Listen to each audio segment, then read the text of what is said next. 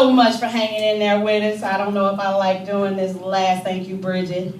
But I want to come out here and thank y'all. That's why I stayed. Because I needed to tell y'all just how proud I am of me. It was hard, but I lost 205 pounds. I can tell y'all exactly how I did it in 3 words. Divorce court.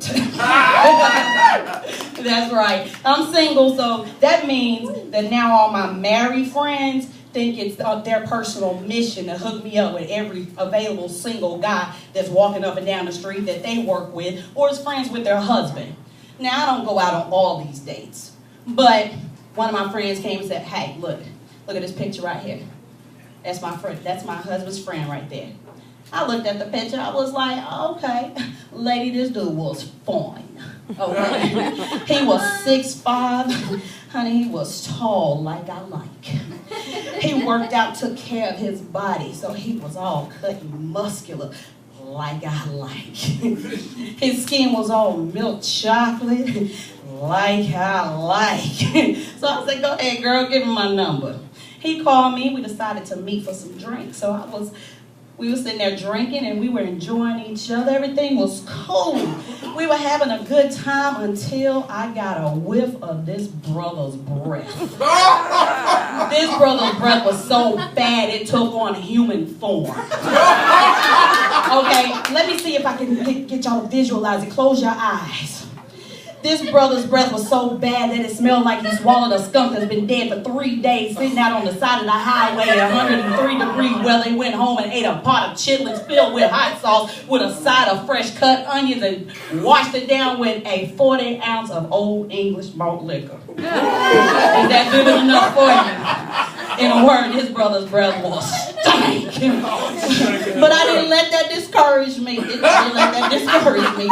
my other friends said, hey, look, here's one of my co-workers. So she showed me this picture she snapped of him sitting there working real hard in his cubicle. Like, okay, he's kind of handsome. So give him my number. He called me and I said, well, I seen your picture. You're kind of handsome, baby. How tall are you? He said, I'm 5'9". I was like, okay, a little shorter than I like, but I'll give it a chance. He called me and we decided we were going to go to Dollywood on our date. We met in the parking lot and we were going to take his car. So I didn't see this brother standing up until we got to the park. Now, I'm not the sharpest crayon in the box, but I am 5'6" in flats. Wow. This is not 5'9". I look like Shaq and Drag on a date with Emmanuel Lewis. His brother was so short, it was too short to ride the merry-go-round. But you know what? I'm still open to a relationship, even though my last relationship did end in divorce. But it was beautiful. Our relationship was like a beautiful song list.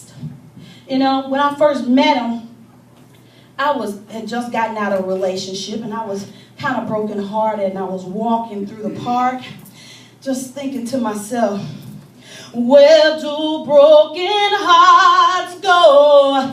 Can they find their way home? And I felt this tap on my shoulder and he said, hello? Is it me you're looking for? Tell me how to win your heart, 'cause I haven't got a clue. I said, hold it right there, brother. You had me at hello.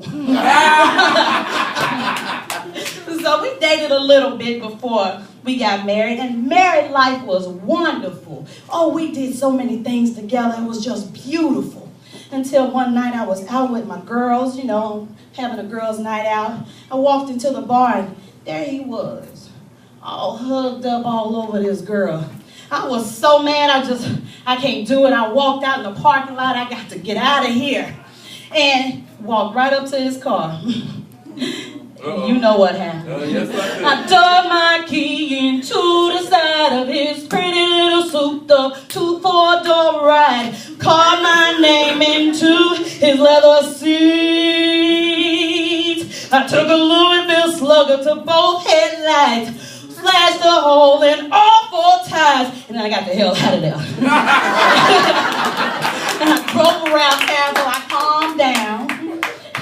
And then while I calmed down, I went ahead and went home. I pulled up in the driveway. I gotta shake this out my head. I stepped out of my car and I heard, Miss Bryant, I'm gonna need you to turn around, put your hands on your head.